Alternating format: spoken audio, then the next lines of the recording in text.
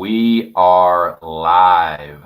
Ladies and gentlemen, come one, come all. Welcome to the Cosmic Countdown, the best movie talk show in the world, where myself and one Aaron the puppy count down our top 100 favorite movies. Thank you to my better half for making this awesome overlay. And thank you to the aforementioned Aaron the puppy for being here. He is my friend and co-host. Thank you so much. How are you doing today, my friend? Yeah, man. Thank you for having me as always. Doing good. Excited for another week. We're at the halfway point officially once this week is done. So yeah, it's pretty good. I think like 10 straight weeks we've been going now. So yeah, no, looking forward to it each week. I'm always excited to talk about the movies on our list. And yeah, this week is no exception. Thank you for having me. Yes, indeed, man. Yeah, this has been a real treat. Kind of been like a bit of a passion project, honestly, over the last couple months. And like you said, we are this is the last few. This is the dying light of the first half of the countdown, man. So gonna start getting real after this, and as real as it's already been. So yeah, I'm trying to think if I have any like overall like channel news or movie things. I don't think so, man. I had a lot of fun watching the movies this week, and I think for the most part they're all pretty appropriately placed. Maybe one or two could have been higher, honestly, but yeah, I think they're all about in the right spot. But there was something I was going to say, and of course it's slipped my mind. But man, this has been a lot of fun, and I want to thank everyone that has come through and share this with us, and especially thank you for sharing these movies, man. Like these are the top 100 like movies that are nearest and dearest to us. So yeah, man, I appreciate you sharing that with everybody, and I've definitely got I have a huge watch list now, and I think some of them are might dude shit. After it's all said and done, maybe some of them end up cracking my top 100. We'll have to see, but yeah, man, this has been a lot of fun, and thank you again for being here with me. Oh yeah, definitely. I've been happy to be here. I'm glad that this is kind of came out of taking a break from MMA. It's one of the many positives that's came out of the break. So yeah, glad to be doing it, and we'll continue to do it um, till we're through the countdown. Then we'll see what's next. Fuck yeah, dude! I can't wait. So if you shout to the five people in the building, the theater is filling up quick, man. Seats are available to all for free. It only requires that you smash the like button and subscribe to the channel if you have not already. Now, anyone that's new, Aaron and I have punted on 4 movies so far. That's when we have the same movie and we punt it up the field until it is fielded by the other barrage. Now, I was predicting a punt last week, did not see it. Will we get a punt today? What do you think? Yeah, I don't know. Like it's so hard to tell. I feel like we're gonna have a week where we have multiple punts once it happens. So I'm not sure if it's gonna happen this week or not, but I do think the punts or same week movies are coming soon. There's only so many movies left. I think so too. Yeah, we're getting we're can't get any closer to the top 50. And yeah, we'll hit it whenever the next episode is. So I'm gonna kick it off today. Let Yep. me get my list up so far. And yeah, I did a little bit of rearranging as far as the order within the week itself. There was a couple that I shifted up and down a slot or two, but like I said, I think for the most part, all these movies are about where they should be. Now, my first one, my number 55. This is an extremely popular movie, and I think that if you haven't seen this movie, you probably like I don't know, man. I don't even know what to say. Like we probably don't know each other, and I don't know if we would ever hang out. No, it's not like that. But I mean, dude, everyone has seen this fucking movie. And it is one of my favorites. I think if it was maybe 10 or 15 years ago, it'd probably be a lot higher. but it still has staying power to me, and it's a comedy. It is a stoner comedy. I But it's one of the most popular. So like, it's not going to be one where it's like, let me tell you all about it in case you haven't seen it, because you definitely have. But without further ado, number 55. I believe the year is 1995. You probably all seen it, but it there was no way it wasn't going to make my list. Probably would have been higher a few years ago, but still couldn't leave it off. Number 55, 1995. Friday. Let me check my list. That definitely, I believe, is going to be a punt. So let me just check. Where is Friday on my list? It is indeed a punt. Let's fucking go, dude. I knew it was a coming soon, buddy. Let's go. Yeah, we're putting this down the field several weeks. So let's go. I love it. Yeah. All right. Great choice. Way too low on the list. All right. This is the original stoner comedy for me. Dude, so, it is, man. It's that's this and awesome. Half-Baked, which Half-Baked did not make my list, but those are the two that I think when I look back at why I became a stoner. Yeah. And we'll talk more about it, but Friday was a movie that I don't know if your parents used to like. My mom, for the most part, allowed me to watch whatever I wanted. And I won't talk too much about the movie besides this, but my mom allowed me to watch whatever I wanted. This is one of the movies that she would take the VHS, instead of throwing it out, she would hide it in the cabinet outside in the garage, like the filing cabinet outside in the garage that she thinks I didn't know the combo to open. And I would open it, I'd watch it all the time, and then put it back there. So, nice, dude. Yeah, I have no doubt this movie is a huge reason I'm a stoner to this day. So I had to put it further on the list. Yeah, Noah is right. You are a fake stoner. Hey, dude, happy to fucking punt that one. Yeah, gladly. Give it a big old fucking D Reynolds boot there. Yeah, it's going downfield quite deeply. I won't spoil where it is. ADP in the house, by the way. I know, dude. I'm a poser, dude. All right, so nice. Well, I'm very happy to punt that one. That's awesome. Yeah. All right, well let me get this out of here. But yeah, I agree. If you haven't watched that movie, we're probably not friends. That does make sense. All right, so am I a number? What is this? 55. Yeah, my number 55 movie on the list. It's from 2013. It's directed by Spike Jonze. It's Spike Jonze's last movie he's directed as well, which is an absolute crime. A few of his other ones that I do love, Adaptation and Being John Malkovich. But this is Her, starring Joaquin Phoenix and the voice of Scarlett Johansson. Have you seen Her? I have seen Her, and I liked Her. I think the problem for me was like I remember either being like tired or just like not. I didn't give it its just due, but I remember enjoying it, and I remember like wishing that I was like paying attention a little bit more. But it was what I remember of it. It was really good. I do like Joaquin Phoenix a lot, and Scarlett Johansson was awesome as the voice. Yeah, I think honestly, Scarlett Johansson gives one of the best voice performances I've ever heard. I think she just absolutely kills it, and just really gives a different look into kind of AI and what it does with a very, very lonely man who's been heartbroken and now basically has a relationship with an AI program in his computer. If anything, this movie's maybe aged a little worse as time's gone on, but at the time, it was just like kind of like a story that hadn't been told before. It really kind of, it's almost like a Black Mirror kind of story, except without the horror of it, but more that's like the existential horror of it. And just Joaquin Phoenix is just so good at embodying Theodore. The music in this is absolutely perfect as well.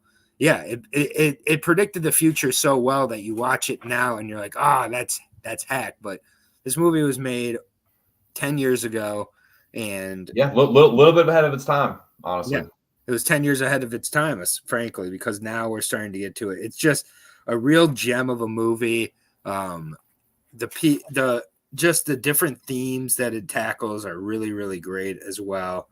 And it just really, it's an interesting movie because when you're down, it will feel like almost like a warm blanket and bring you up a little bit. If you're up, it will bring you down a little bit. Yeah, that dude exactly. Like if you're feeling like down and out, it's like, man, this is what it's like, dude. I was like, I know this. I know this feeling. But yeah, then when you feel like all happy and cheery, it's like, nah, it's not always like that. Yeah, but I honestly think it's a pretty perfect movie for what it's trying to achieve. And just the environments and the way the environments are shown in this movie, and it's just the use of color and everything like that. It really is a shame it's the last time that we've seen Spike Jonze direct, because I think when this movie came out, it caught on slowly with people for sure. It wasn't what people wanted or expected, and a lot of the feelings you feel in it, I mean, they're pretty, kind of scary. And but yeah, I think it's just such a great kind of movie. And I hear a little background noise with you. With me? Yeah. Oh yeah, I'm sorry, it's just the computer. Okay. Yeah, no worries. Yeah, and yeah, it's just like it just I don't know how else to really describe it otherwise, but it is a movie that each time I see it, I either think of a time where I strongly related to it and I'm glad I don't anymore, or I'm just kind of able to get taken away with the story. It really is like no movie I've seen before. I think it's so well written as well. Yeah, it's just a very cerebral story as well. Yeah, and it's just helped me a lot at different points in my life, to be honest. So and luckily I'm not at a point anymore where I feel like I need this movie to help me out, but I definitely can remember those times, and they weren't that long ago either. So yeah, I think this is a really great, very intelligent, sympathetic movie, and had to make my list. Spike Jonze, one of my favorite directors. I would love to see him come back with anything, anytime. Um, yeah, and just yeah, it's a really great, great movie about heartbreak and how formative it is to forming your life and how you are moving forward. Definitely, she's a gas guzzler, Bo. But yeah, sorry about that. But the old fan was working. Yeah, man, I need to give this another proper watch. But I do remember thinking like it does a pretty good job of like encapsulating the feeling of like being not really like finding happiness in relationships and like yeah, like tough breakups and like thinking things are a certain way and they're really not, and getting hit with like there's a certain part of the movie where he gets hit with like this bombshell, and I remember being like, and like the way that she responds and he responds, like there's, even though she's like a computer program or whatever and it's supposed to be AI or whatever, like it is, there are like very human aspects that she displays. Mm-hmm. Yeah, it's a very unconventional love story, basically, and they try. Yeah, and like it's and yeah, it does a good job of showing like how certain implications with AI and like and it does ask some bigger questions. And yeah, I need to give it another watch to properly appreciate it, I think. Yeah, no, definitely was making my list, and yeah, I'm happy with putting it at number 55. Her 55. 55. Spike Jonze Harris 55. Yep. My IQ's 55. So nah, man, that's awesome. Yeah, I like me some Joaquin Scarlett. She nice. Yeah, you don't even see her in this movie. Dude, I know, right? But yeah, her voice very nice. Lull me to sleep. Okay, so number 54. Okay, number 54.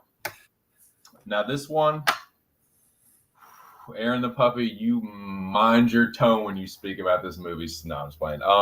Nah, man, this is one that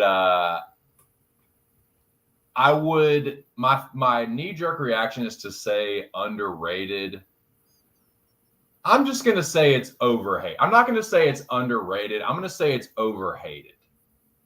I think that this movie is a lot of fun. It is a 90s movie. It is, everyone knows this movie. And at some point in time, it became really cool to shit on this movie and hate on this movie. So let me make this clear. There are some like parts in this movie that I'm talking about, and this is my number 54. There's parts in this movie where I can see like, okay, I do see some of the criticism and I get it. But I also think that I'm not going to say this movie has like aged in a great way always, but I do think it has now become, there's some like nice like B quality movies to this now, and I think it can be watched ironically, even if you don't think it's like a quote unquote awesome movie. So in summary, I think this movie is a lot of fun. I think it is crazy overhated. I watched it and I was holding my breath. I was like, please, like, let me enjoy this movie as much as I remember enjoying it. I saw this movie in theaters, and like I said, I'm not going to say that it's like aged like super great in every way, but I watched it and I still think it fucking ripped. Yeah, I think this movie fucking rocks. I will defend it to the absolute death to anyone, including my friend and co-host Aaron the Puppy. But here it is. I'm gonna let you have it. Number 54, the extremely overhated post-apocalyptic adventure, 1995, Kevin Costner, the most expensive movie of all time, Waterworld. What up? I don't think I've ever even seen this movie, but yeah, do your thing. You've never seen? Oh my God, you are in for a treat, my friend. This movie is something else. All right, so I've loved Waterworld since I saw it as a kid. I saw it in theaters. It's 1995, so I'm like 12 years old. Mm-hmm. So I'm very biased towards this movie. Someone has to be. Yeah, dude. There's some ridiculous parts in it. Don't get me wrong. There's some ridiculous parts in it. Get ready to see Kevin Costner drink his filtered, purified urine in like. That's the only thing I know about this movie. In like the first 20 seconds on film, it's like one of the first things that happens. But I think it is actually a pretty awesome, just like post-apocalyptic adventure. I actually like the world building. It is just kind of a standalone movie. I think it's pretty unique. There's a lot of like tropes or common like themes that you see in a lot of post-apocalyptic movies, but I like the fact that it was just one movie, and it's kind of unique. Like there's not a lot of movies where it's, water. Most of the times it's like a nuclear holocaust or like some disease or something. No, in this one, whether the science is ridiculous or not, in this one, the polar ice caps have melted, the world floods, it's all water. And so it's people surviving in a world full of water. Certain people have adapted without spoiling anything. But I think that, like I said, I think that you can watch this movie, like if you don't have your expectations too high, I think you can watch it straight up as like a post-apocalyptic adventure, and it's a good time. It is very much a 90s movie. The soundtrack is awesome. I think it's James Horner, but the soundtrack is good for what it is. It's like an adventure, like a rousing, like adventuristic, like whatever score. But one of the best parts of this movie, and one of the things where like I even if you don't think it's great, this dude is great in it. If you like the late great Dennis Hopper, you might just fucking love this movie, because he is a fucking character, dude. He plays one of the best villains like maybe ever, dude. He is so fucking good as the Deacon. Like, I won't spoil anything for you. If you haven't seen it, like, I'm not going to butcher the lines, but dude, He is a great fucking villain. He's hilarious. Some people say that the villains in this movie are better than the heroes. I don't like necessarily disagree. And Kevin Costner is kind of a fucking dickhead in this movie. Like he's not a super duper likable. Like he's more, I would say he's more of an anti-hero, but dude, Dennis Hopper is fucking great in this. I'm trying to there's not like too many other super duper famous, like Jack Black has a cameo in it, but he's really not in it at all. Janine Triplehorn, I think, plays the lead. She's not bad in it. But yeah, Hopper steals every scene.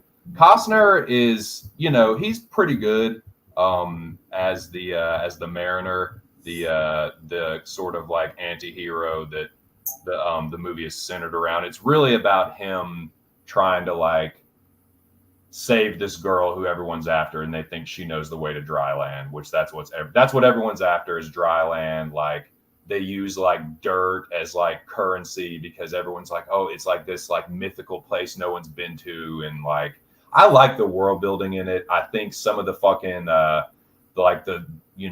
swashbuckling adventure scenes are pretty cool. His boat is fucking pimp tight. It makes sailing look cool, even though it's fucking not really. But like, I loved it. Again, I saw this shit as a kid, and it was a movie that I would always fucking watch. I watched this movie more than a lot of movies on my list, but I will defend Waterworld to the death. Again, you can watch it and think it's a shitty movie and still get enjoyment out of it. Like you can watch it ironically, and it is genuinely fucking funny. So yeah, there's no way it wouldn't be on my list. Hey, fair enough. The great Kevin Reynolds directed this, who did a Robin Hood movie, Three Musketeers. I mean, what more can you really ask for? Yeah, dude. Yeah. Yeah, I mean, I just remember when this movie came out, it was so hated on that, I was a little bit younger. And so like for me to go to a movie that was like an adventure movie, it had to be basically compared to Jurassic Park or a few other movies. And if it wasn't, I wasn't going to be going. And so that kind of painted my view of it growing up. I'd have heard more people come around to this side, a little more positive side as time's gone on. But I mean, my only experience from it is I love the 90s talking about it. I know about the Gill people. I know about the peeing, drinking the pee. Dude. I know about the production issues. I know it went way over its production. Oh my God, dude. Like historically one of the most nightmarish like productions. Yeah, I think it was well over like 100 million back in the 90s, which was like 300 million now. But yeah, I'd be interested to watch it. Sounds like it could be good with a couple bowls. So, dude, definitely get stoned, put your expectations in the toilet, and I think it's a good time. Yeah, no, but otherwise, I don't have much to say about this. I'm not a huge Kevin Costner guy. Even something like Dances with Wolves or The Postman, like Kevin Costner just doesn't really do it for me. Look, I mean, dude, I feel you. Kevin Costner's a douchebag. He like that's not a secret. Like he's a dickhead. He's completely full of himself. I think this is one of his better ones. I think Dances with Wolves is good, but it's like way too long, and it is kind of like masturbation a little bit. But it's good. I like this one a lot better. I think this kicks the living shit out of The Postman. But yeah, the Waterworld's definitely near and dear to me. And dude, Dennis Hopper is hysterical. Yeah, I mean, this was right around the time of Super Mario Bros., which is one of my favorite movies of the 90s. Nice, dude. I will defend that movie to the death. So let's fucking go. Like, and not even ironically, people call that one of the worst movies ever. I'm not sure what they're talking about. Dude, I love Super Mario Brothers. Is it on my list? Hold on, let me check and see if it's on my list or not. Because it should have made my list. I think I was a pussy and dropped it off my list, which is a real shame because honestly, it should make my top 100, and maybe I'll amend that. But yeah, I love Super Mario Brothers. I love Dennis Hopper and a ton of his work. Speed is another one where he's great as the villain. Dude, yeah, he just has a good time in those kind of roles. And this one is no exception. So yeah, no, he had a good time in the 90s or whatever substances he was on. So good for him. But yeah, fair enough. All right, my 54. Unless you have anything else to say about Waterworld. No, that's all I got on Waterworld. Yeah. My 54 sticking into 2010s with 2018's A24 horror masterwork from the best horror director working today in Ari Aster. This is his debut film in Hereditary. Oh my God. This movie is insane. It's one of the many horror movies that got compared to things like The Exorcist when it came out, which inevitably happens with every new horror movie. This one deserved that praise in that comparison. This is a masterclass in tension, in mourning, in grieving, in just creating an atmosphere from the start that is just grips onto you and sticks with you. The performance by Toni Collette as the mother should have been nominated for an Oscar, should have won an Oscar. She's just an incredible actress in general. This was a snub. It was a snub. But this is like just a classic snub for horror that doesn't get the appreciation it deserves. And she just plays a mother trying to keep her family together. It starts with her mother, the grandmother of the family, dying at her funeral. And like, there's just so many subtleties you don't even pick up on the first time, but add to the weirdness, and then you pick up on once you kind of know where it's going. The first time I saw this movie in theaters, I remember leaving it with my brother and with a few other people and being like, yeah, that was good, but man, I didn't like how it made me feel. And then, I was like, it wasn't that good. It was fine. Like, went into it with a ton of hype. And then it was like 6-7 hours later that we're still talking about it, where I was like, we're still talking about this movie. Like it really is like an insidious, gets beneath your skin and sticks with you and kind of changes you in a way afterwards. Also, the performance by Millie Shapiro, who plays Charlie in this movie, the little girl, one of the creepiest kid performances of all time. Alex Wolff is kind of unintentionally funny at some points, has some really funny aspects with like weed in it as well, where it's like, I don't know if those were made intentionally or not, but they didn't really bother me. But like, he gets really high, starts coughing and like freaks out.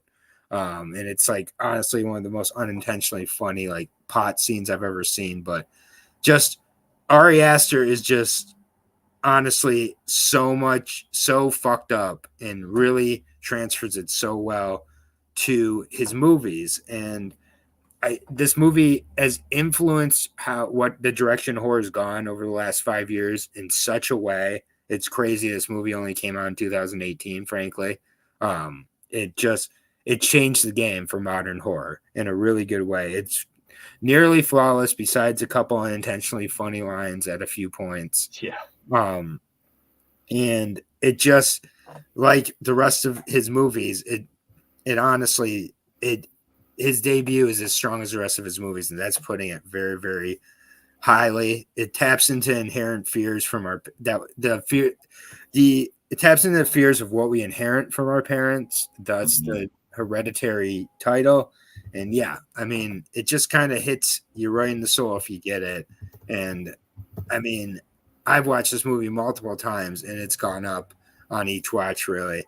And without spoiling it, the scene with the telephone pole, one of the most fucked up kind of scenes ever.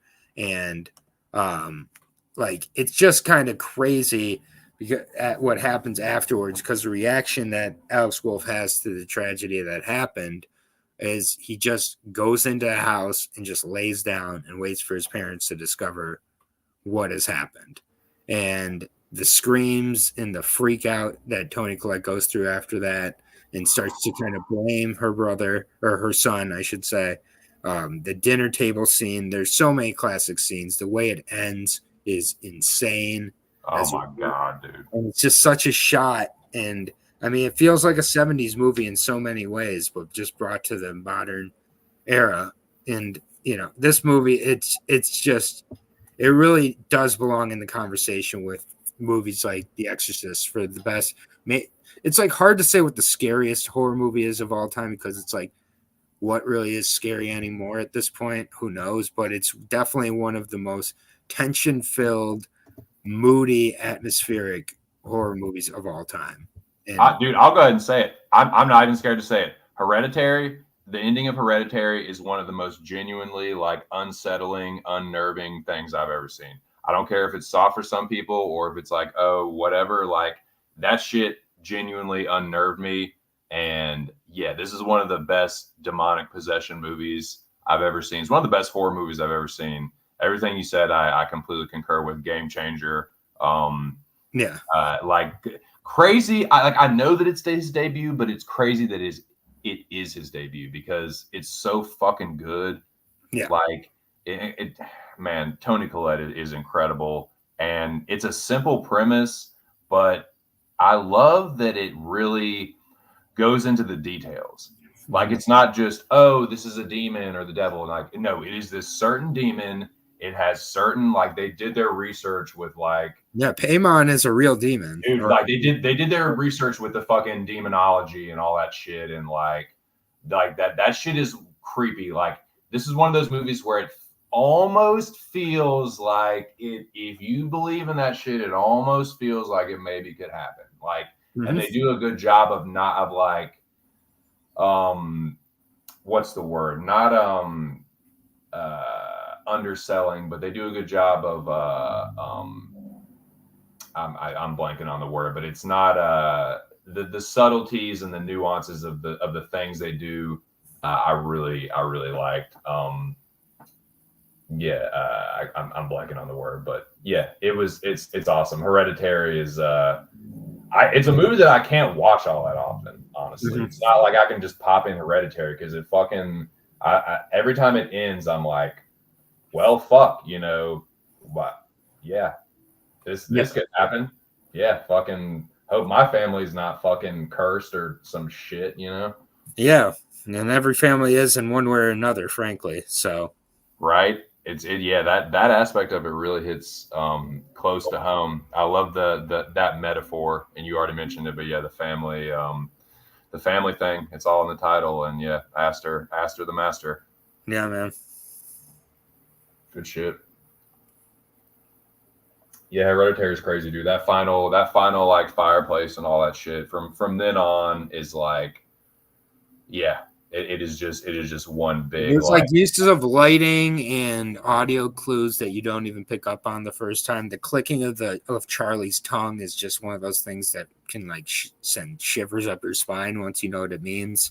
Understated. That was the word. Sorry, understated was the word I was looking for. Yeah, it is really understated, and I think Ari Aster was like 35 or 36 when he made this movie. God. Yeah. Just Buddy got some issues, man. Like, and thank God. That's how Bo's afraid if it's not clear he has some issues. Yeah, it's like thank God this is his outlet and his fucking medium and his vessel or whatever. But good Lord. Yes. Dude is fucked up in a great way. But hey, man, I'm glad he's using it to bring us these dank movies, man. Hereditary is a banger. It is a modern classic for sure. Definitely. There's like everything as far as like that kind of shit goes. Other than The Exorcist, man, like it's pretty much elite company. Like if you're gonna make a fucking possession movie, it's you're gonna be hard pressed to get up there like, better than Hereditary. I agree. I need to watch that again, man. It's been a little bit since I've seen it. I watch a couple of the scenes every now and then, but I haven't watched it back to back. Maybe I'll put that on the Halloween list next year. Katie, my wife, she can't really do like demonic possession, so yeah. Yeah, fair enough. Yeah. All right, so here we go. Number 53. Okay, this is another one where I knew it was going to be on the list. I knew it was going to be about where it was, but I kind of had a little trouble slotting it within these five. So I put it at 53. I like where it's at. And this movie is this? I need to check and make sure, see if this is this guy's debut or not. It might be. No, it's definitely not. It's definitely not. I don't know what I'm thinking. Definitely not. All right, I answered my own question. Okay. But this movie is by a director that I think is one of the better directors of his generation, and certainly one of the best directors of the last 15 years, I would say. He's leading the pack, if not the absolute like leader. He doesn't really miss. I haven't seen all of his movies actually, and I need to, but this one remains one of my favorites of the movies that I have seen of his. Let me get that already. Number 53. Now, number 53 for me, this movie is a thriller. This movie is incredibly tense. And watching it, I was just reminded of why I love it so much. It is just one of those movies where I kind of have to make sure I have everything is taken care of, and I can just sit down and give it my undivided attention. And I'm glad that I did, because it benefits from rewatches, and there's all these little details that I noticed, and I keep noticing every time I watch it. So this is number 53 for me. Like I said, it's a thriller. It remains thrilling despite knowing what happens. One of the best thrillers, I would say, of the last. Yeah, it's been just about I'd say the last 10 years for sure. Another reason why this is just another. I think I'm just gonna call it a masterpiece by this dude. One of my favorites, number 53, 2015. Sicario. I just have so many movies by Denis I like more. But yeah, I do still really appreciate this one. The sequel never happened. Nah, what I don't even know what you're talking about. God. One of the worst one of the biggest drop-offs from the first movie to the sequel ever. They didn't need to. Nope. I can't believe they did that.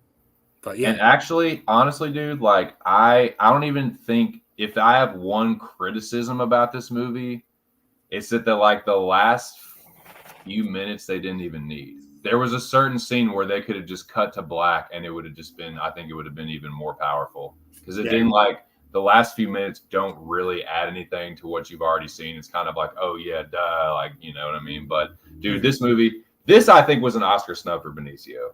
I think the understated, nuanced performance. I'll be right back, but keep going. Say what? Okay, yeah. Keep going. Right on. Yeah, dude. Benicio knocks it out of the park here. This is one of my favorite performances of his. As Alejandro, I think to not at least be nominated is just another reason why it's like the Academy's kind of a joke to me. But this movie rocks, man. It is a really good thriller.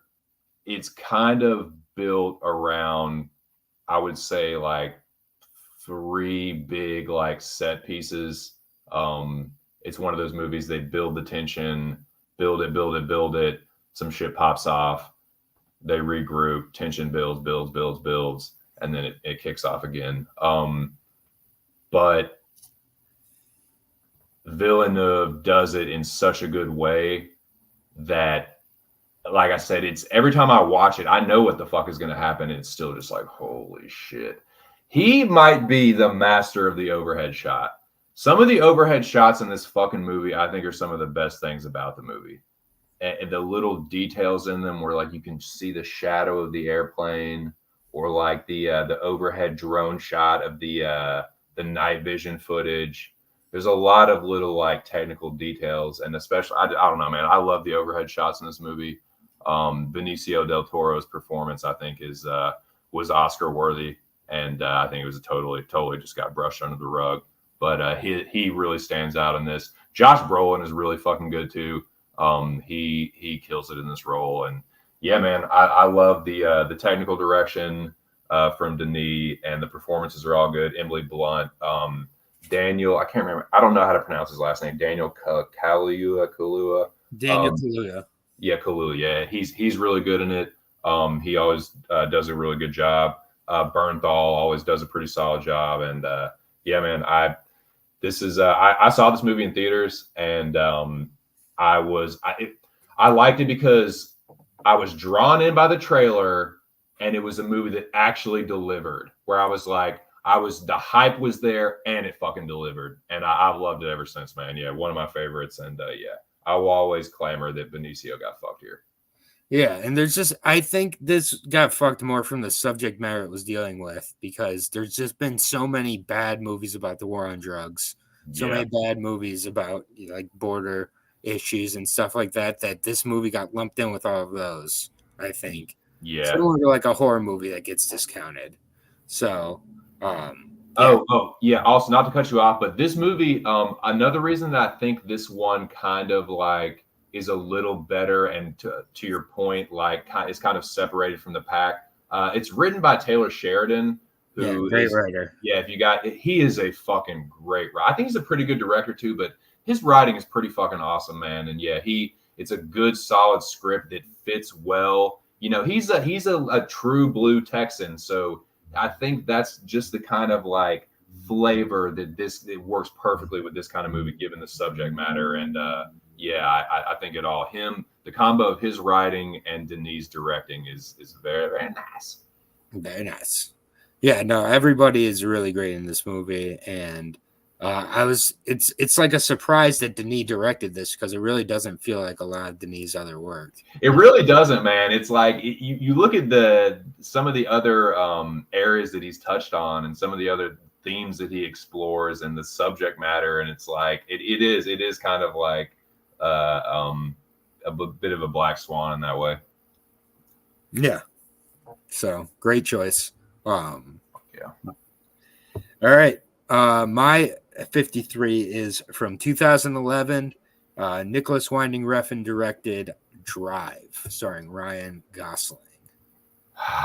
Dude, I fucking went back and forth so much on this, and I was like, should I put it in there? Should I put it on? It's like, I do really like Drive, bro. And I was like, do I love it though? I was like, oh, dude, I'm really glad that you have it on here so we can talk about it, because I really wanted to have this on my list.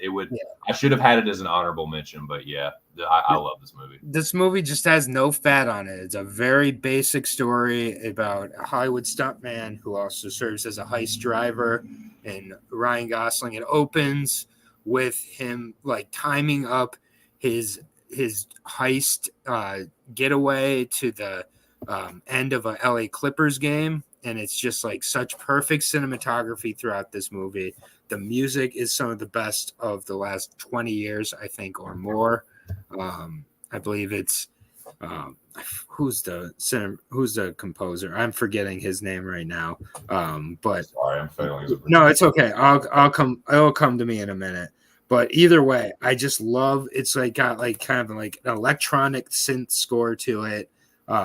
It really does have a gritty feel, like a 70s crime car movie, and the 70s are the best era of film ever, in my opinion, and this captures it without impersonating it. Cliff Martinez did the score as well, which he's done a few Nicholas Winding Refn movies, including Neon Demon, Only God Forgives. Only God Forgives is a badass Muay Thai movie. If you've not Only God Forgives is underrated, I feel. Gets so hated on for no reason. Like, yeah, it's not dry, but it's not as bad as people say it is either. No, people absolutely tore that movie apart. But yeah, and then so Ryan Gosling's character ends up who I don't think he ever gets a name. He's just known as Driver. Yeah, the driver. He ends up falling in love with his neighbor, Irene, who has a son named Benicio. And then the father of the son gets out of jail, and he enlists Driver's help with a heist that goes wrong. And it's just shot really, really well. You get to know so much about Ryan Gosling's character without a lot of lines as well. Bryan Cranston's like his protege, and he does really well in the role. And then Albert Brooks and Ron Perlman play like the villains in the movie. Also, Oscar Isaac plays Gabriel, who's the father and the shitty guy who gets out of jail. So, dude, this was the first time that I really like. I remember seeing Oscar Isaac in was it Sucker Punch or something, but this was the first time that I really took notice. I was like, this guy's a pretty fucking good actor. Like, he has a somewhat pivotal role, but it's not a large role. But all his lines, it's like, man, this dude can fucking really act. And Albert Brooks is really, really fucking good. Yeah. He's a sinister motherfucker in this movie. Which it's like crazy since Albert Brooks has played so many roles where he's like the good guy, goofy schlub. I know he's just like this goofy putz kind of guy, but man, and he's very unassuming. Yeah, he's a piece of shit in this. I think he's just one of the most insufferable villains I've ever seen, and I just think Refn, a lot of his movies, Refn's overindulgent in, sticks around a little bit too long. Agree. Kind of meanders with his pacing, which for me, I like his movies, so I excuse it, but I can get that being a criticism. Here, it's a 100-minute movie. The pacing is excellent in the movie as well. And again, the cinematography and the music, I think, are some of the best of the last 20 years or more. This is a movie that some people will watch and be like, I don't get it. There's not a lot here. It's a bare bones movie, but doesn't need a lot there. And it's so well executed in how it does what it does. Yeah. And just like, yeah, I just think that it's just an incredible, it's a timeless movie. This movie could have been in the 70s, 80s, 90s, 2000s, and this Dude, I agree. And every time I watch it, I'm like, I get kind of like holding my breath, like kind of like I'm not gonna compare it to Waterworld, but kind of like, oh man, I hope I still like this. I'm like, man, this is still fucking good, dude. The chase scenes are really fucking intense, man. Like great. The one at the beginning, like you said, the one where he ends up at the Clippers game, and then the chase after the fucking robbery are both like really well shot and intense. And yeah, I'll put them up there with some of the better car chases in cinematic history, dude. They're not very long, but they're fucking sick. No, I agree. I just think the last 40 minutes, the foot's never taken off the gas either. Nope. And the opening scene, one of the best opening scenes of all time, captures LA in a really interesting way, with LA being in so many movies. Dude, I can hear the song right now playing as it's like opening, like the synth soundtrack is killer. Yeah, Night Wolf is the opening song, and the jacket that he wears, the elevator stomp scene. There's just so few bad parts of this. Yeah, it's all about that pace in this movie. It's got a slow pace, but it's a perfect pace for the movie. And yeah, I just really, really like it. I'm a bit of a Gosling has really grown on me as an actor. Oh yeah, his filmography is top notch. It's become pretty fucking extensive now, and like people give this movie one of the criticisms of this movie is like he didn't say anything, he doesn't have a ton of lines, but the lines that he does have, like he delivers them well, and like especially when he's giving the instructions, like I like it, man. I like his performance. And I think it's kind of like he doesn't have a name, whatever, but I think it just kind of like fits. It's like you don't need to necessarily know a ton about him. It's not really about like, I don't know, man. It's kind of just about what's right in front of you, and just this crazy fucking story. This dude has a wild like existence, and this shit just happens right in front of him, and it's how he deals with it. And dude, the death scenes this is a fucking violent movie, man. Like the death scenes are really gratuitous and awesome. And yeah, dude, Drive fucking kicks ass. Yeah, no, I love it. And I mean, it's one that some people, they need to see something new in every movie they watch. And sometimes it's just a well executed that stands above the rest. And this one is just that. I think it's perfectly executed for what he's trying to achieve. And when you've kind of seen what Nicholas Winding Refn's done in his other stuff, he's overindulged, and this was the perfect balance, I think, of the pretension and intention.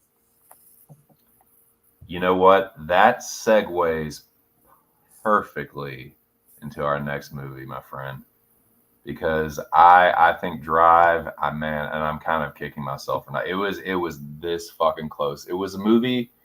There was a movie a few weeks back that I was like, I'd had Drive in that spot, and I was like, should I take it out here? And I think Drive was originally on the list, and I removed it. So I'm glad that we were able to talk about it, because yeah, it's a fucking good one. It's a very, very honorable mention that didn't get mentioned earlier.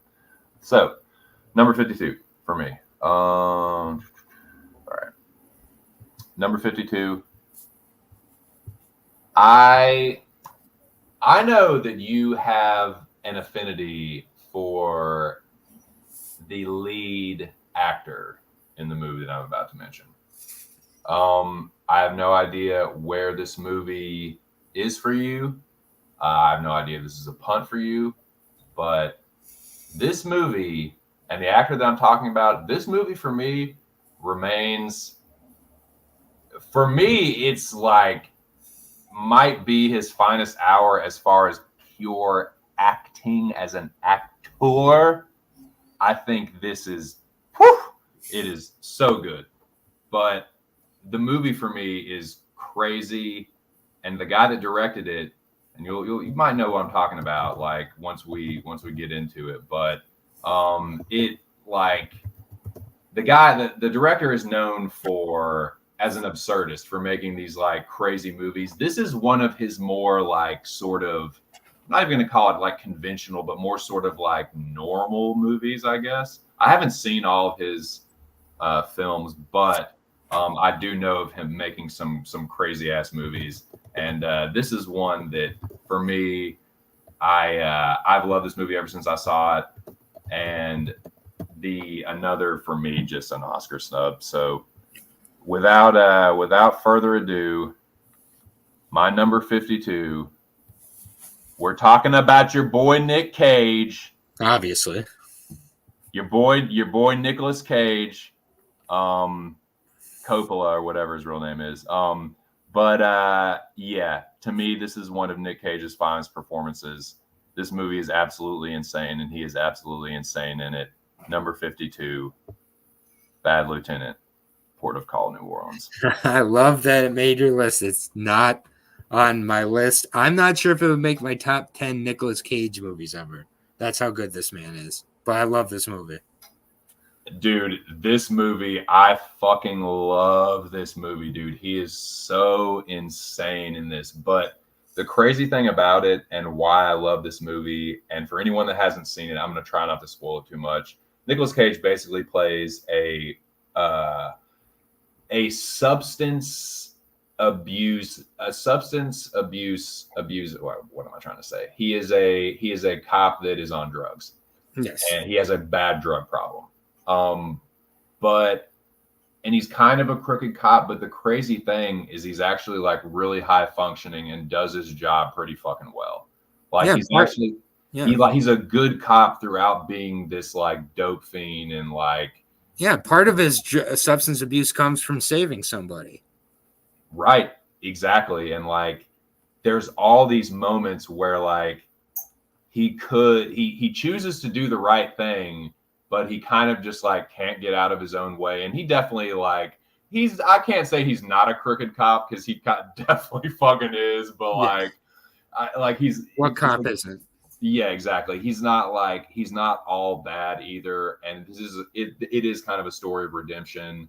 He's a complex character. He is. He's a very he's likable and unlikable at the same time. One minute you're like, man, this guy isn't so bad. And next minute you're like, Jesus Christ. He is off the wall. He's always fucking whipping out his gun and threatening somebody with it. Exhibit plays a drug dealer, and it gets crazy when he gets involved. He's like Exhibit is like the subject of this of his investigation basically, and it all kind of centers around this case that he's in and his like drug use kind of spiraling out of control and like how he deals with it and tries to keep it all together. And this movie is insane, man. Anybody that hasn't seen it, like, and if you like Nick Cage, like, do yourself a favor if you haven't seen this one. Yeah, and one of the great side performances in this is, first of all, Val Kilmer. Oh yeah, in the movie, but Michael Shannon, early role for him where he is absolutely perfect. Brad Dourif has a really great side appearance. Dude, good shout. He is really good at it too. He plays his bookie. Dourif is great in it. Brad Dourif is just an amazing actor. He really is so underappreciated for what he did with Child's Play. He's so much more than that.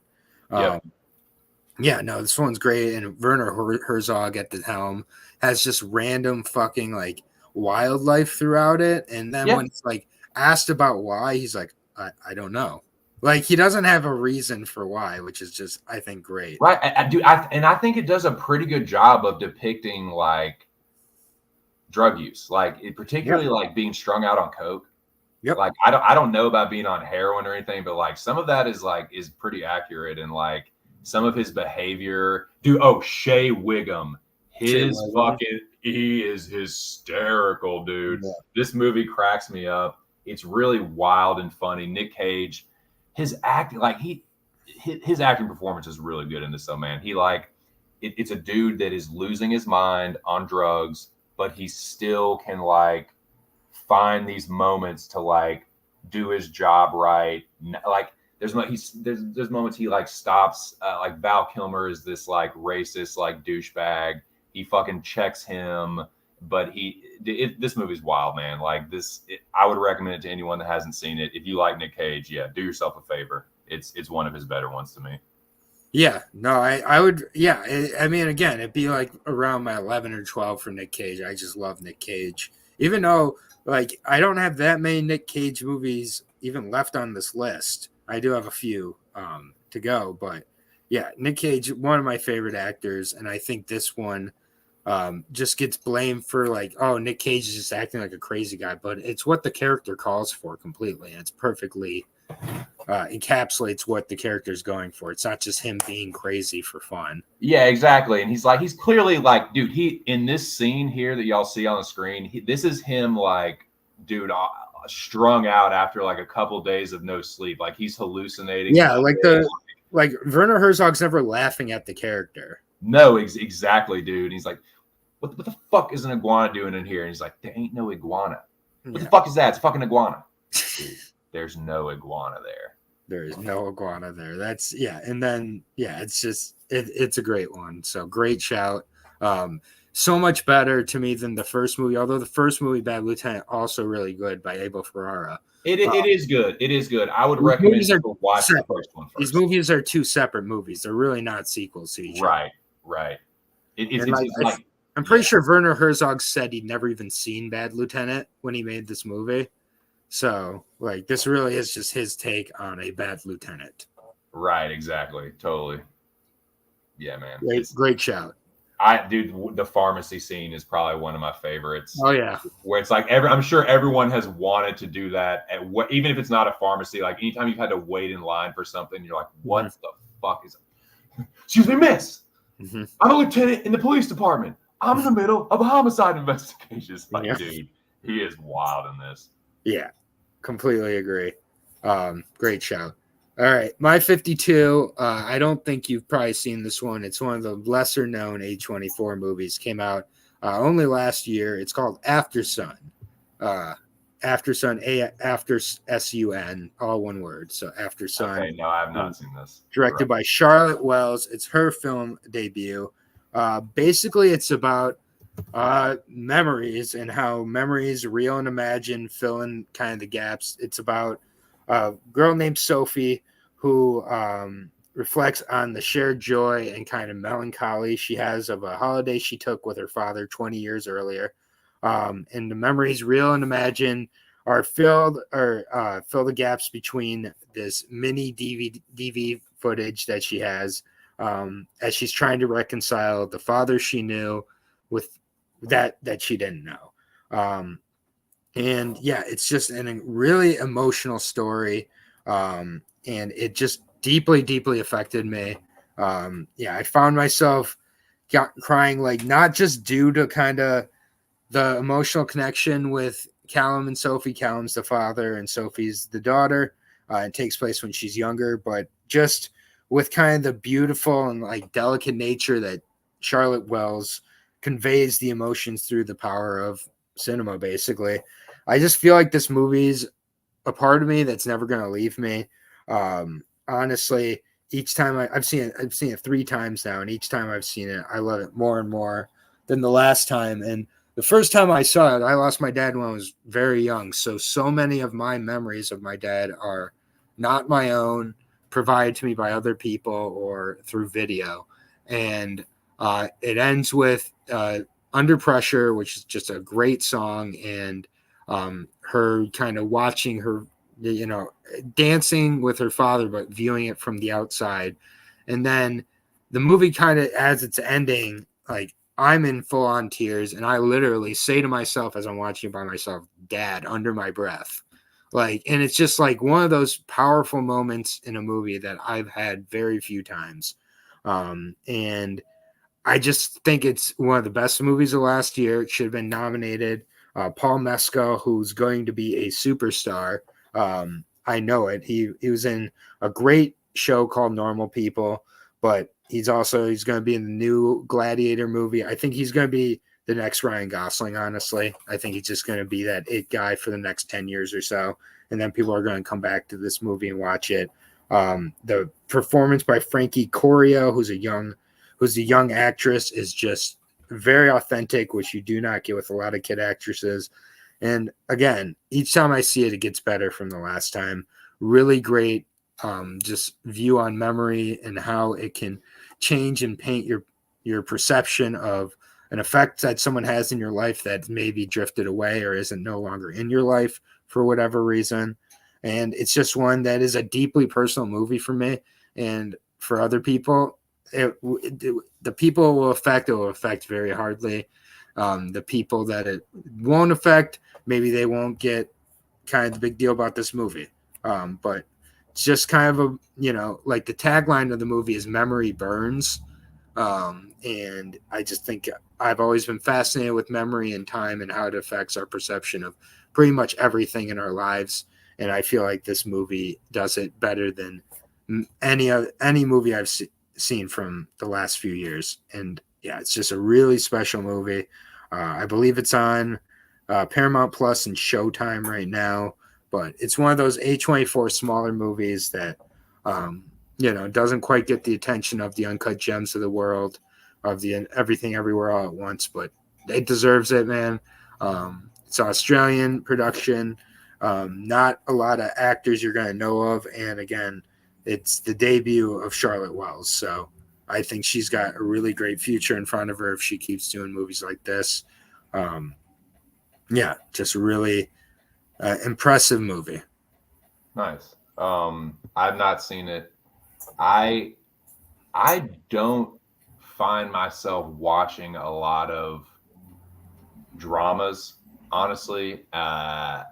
The last one that I watched that you could really just call a straight up drama was probably Manchester by the Sea, and I really enjoyed it. But those kind of movies, especially if they're really well done and realistic, like are an emotional, like take an emotional toll on me. So it's like I have to like pick and choose my times where I'm like in a good enough place to watch them. Like if I, you know what I mean? Like if I'm in a time where I'm feeling like emotional and like, you know what I mean?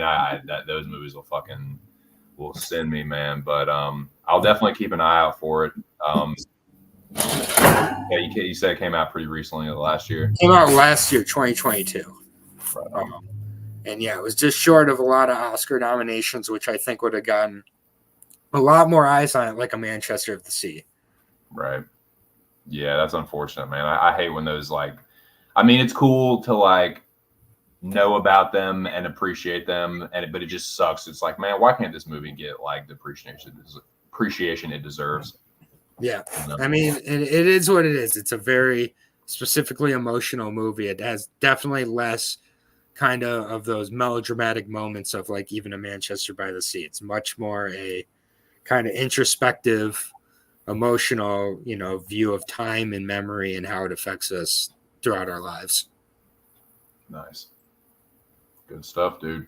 Yeah, and I'm a sucker for a good portrayal of a lost relationship with a father because I've lived that my whole life. So when it's done accurately and effectively and in an appropriate way, I like to, I think those movies are few and far between with that subject matter. I think most of the time they miss the mark. They over dramatize. They miss the point. This one really just focuses on memory and how much it can burn you throughout your life. Good stuff. I like it. All right. Well, my number 51 is another one that if you haven't seen this, dude, give your head a fucking shake. as the British homies like to say. Fucking get with the program. If you haven't seen this movie, dude, get with the fucking program. But I'm sure you have. So yeah, it's a classic. It is another Arnold movie. The Schwartz makes another appearance. I didn't know originally where I was going to slot this one. I had it further back, and then I had it way higher. But I think the four just kind of just right here. I don't have too many more Schwartz movies on my list, but I think this is one of his better ones.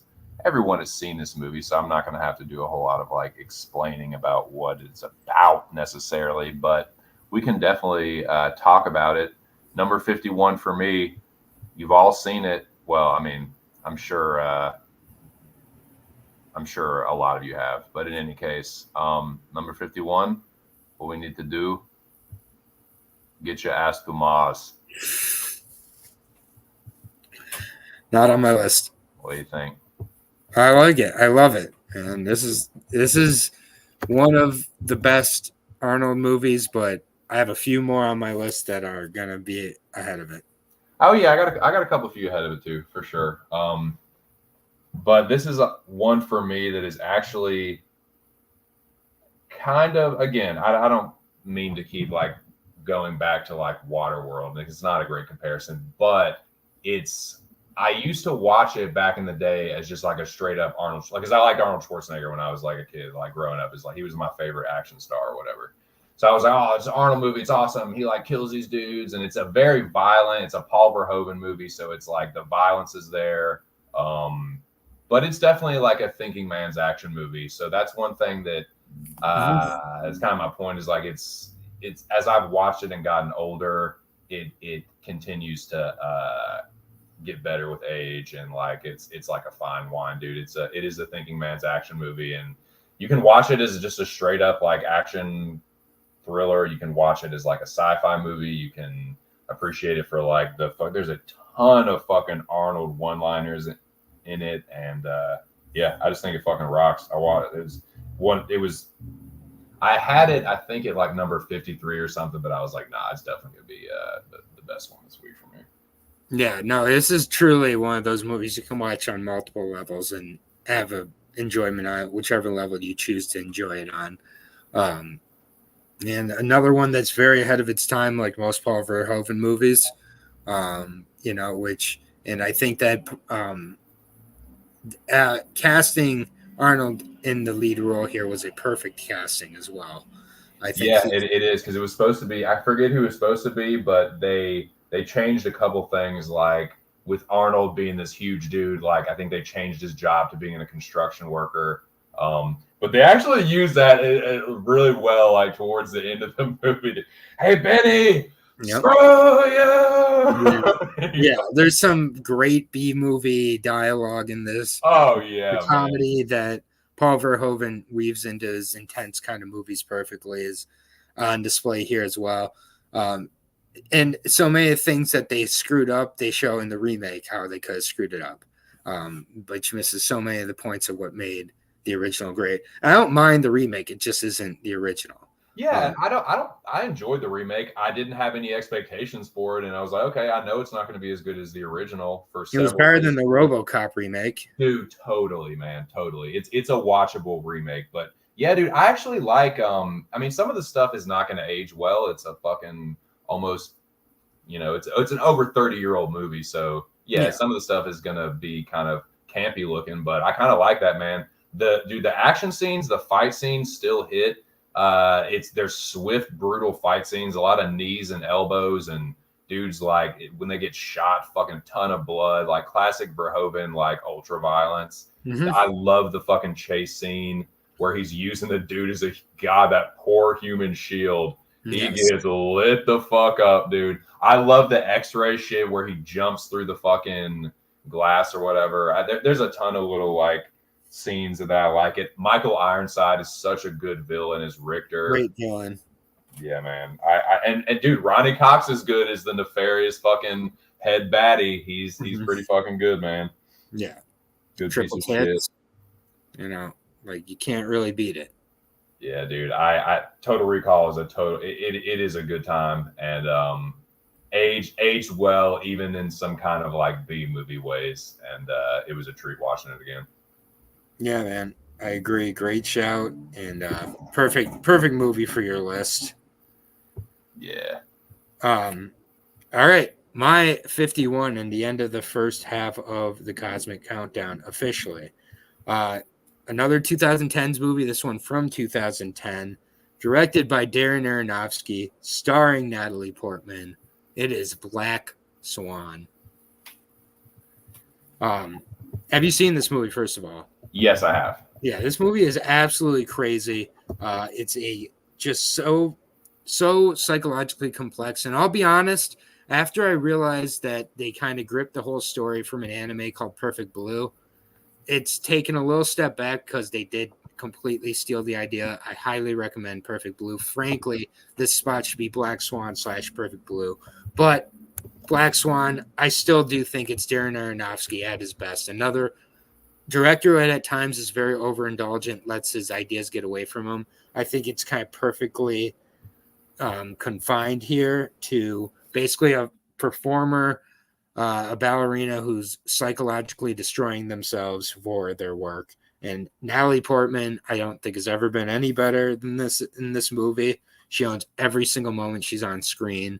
The actual dancing is very impressive as well. And the final scene with Swan Lake, where she transforms into the Black Swan, is, I think, magnificently done. What she's willing to do to get the lead role, I think, is just, really well done here. The score keeps like a really specific tone and energy that this movie needed. And I just think there's so many psychological complexities with this movie that just can't be kind of overstated. I think it's easily one of the best of the decade. It's one that I've rewatched many times now and found enjoyment. I just think it's like elegant, it's hypnotic, it's realistically terrifying in ways that delves into kind of the mental spiral of a performer. I just think that there's so many incredible sequences from the first minute to the final sequence as well. I just think, it's 103 minutes and there's just not a bit of fat on this movie. And I really do think that Natalie Portman's never been better. It's part thriller, part drama, and then goes into kind of psychological horror at times pretty heavily, and kind of just, again, perfectly captures anxieties of a performer kind of battling with trying to perfect their dream role and their own demons.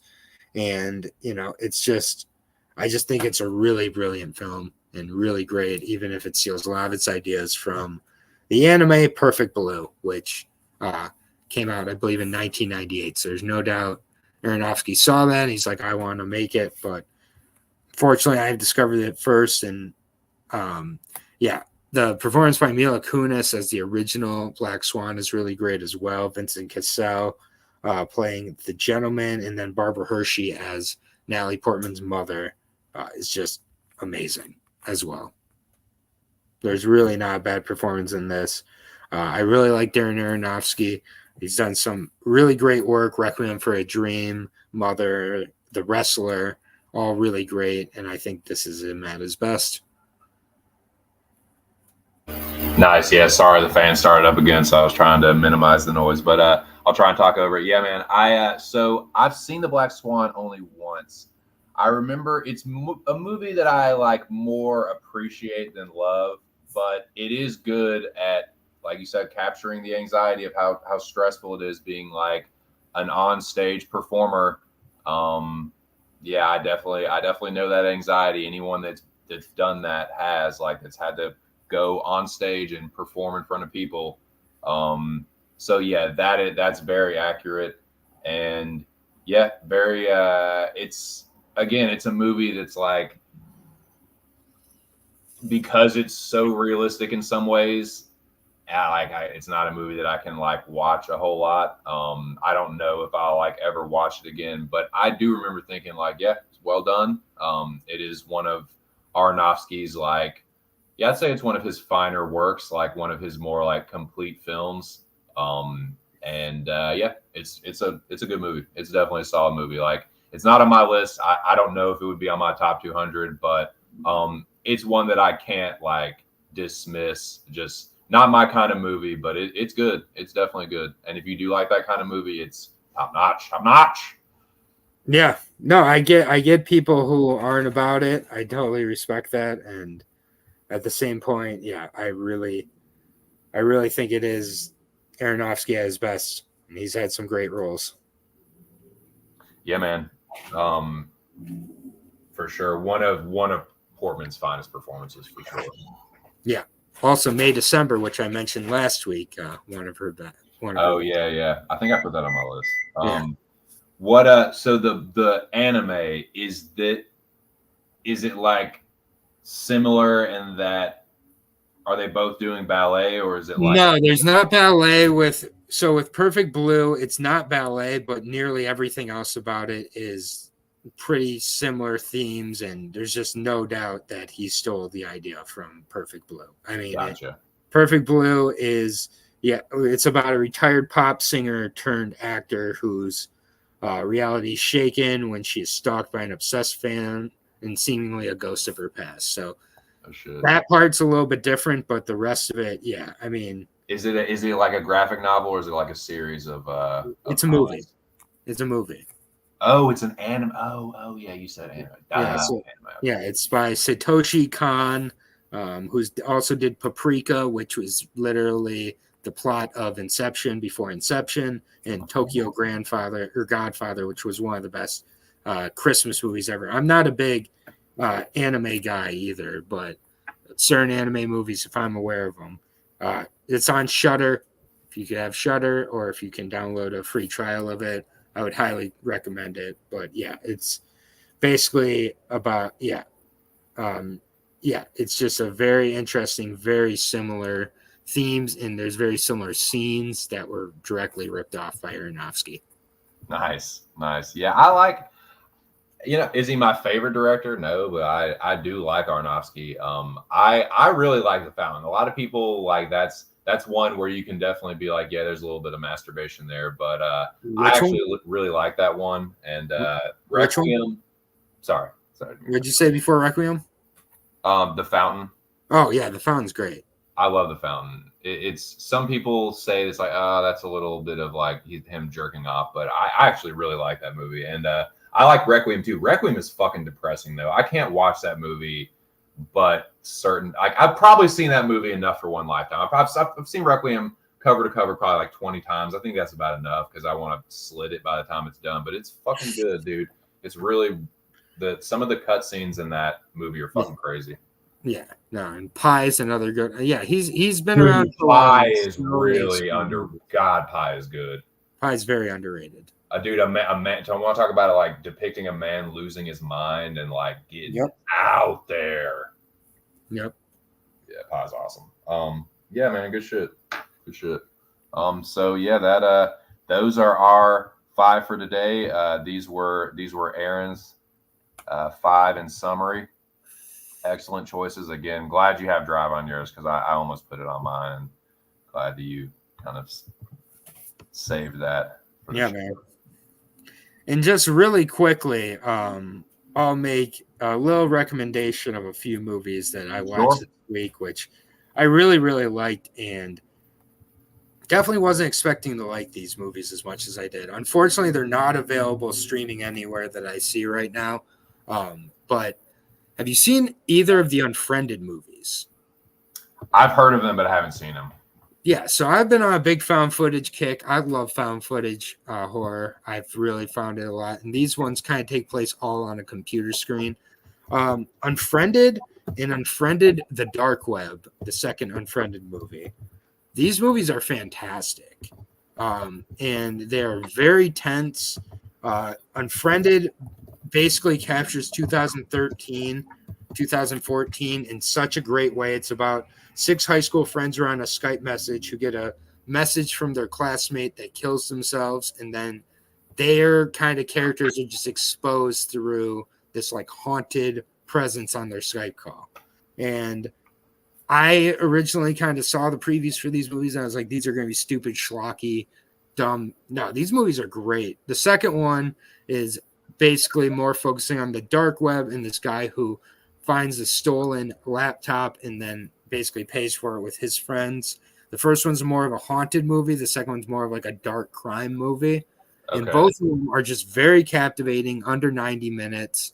And Nice. just like, they're really interesting movies, man. And I just think they're super underrated. So I wanted to mention those movies. They're just not as dumb as you would think they were from watching the trailer. Nice. That's Pretty awesome. smart movies. So